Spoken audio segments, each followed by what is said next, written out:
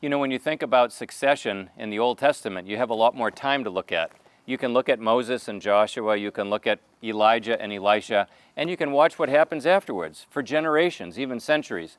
But in the New Testament, there's such a short window of time, you really only watch one generation and how they are followed by their successors.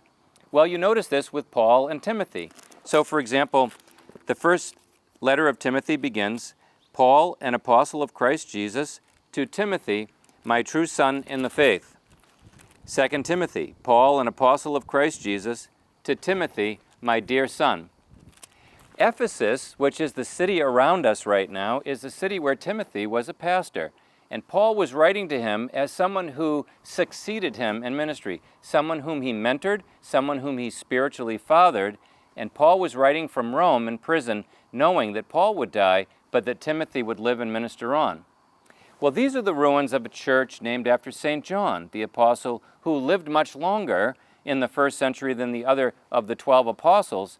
And in John's case, he was a pastor here as well. He was exiled to Patmos, but we have his tomb here in the church of St. John. John represents succession that goes almost to the end of the first century. And this is a very important part of the early church as you look at what's going on from one generation to the next.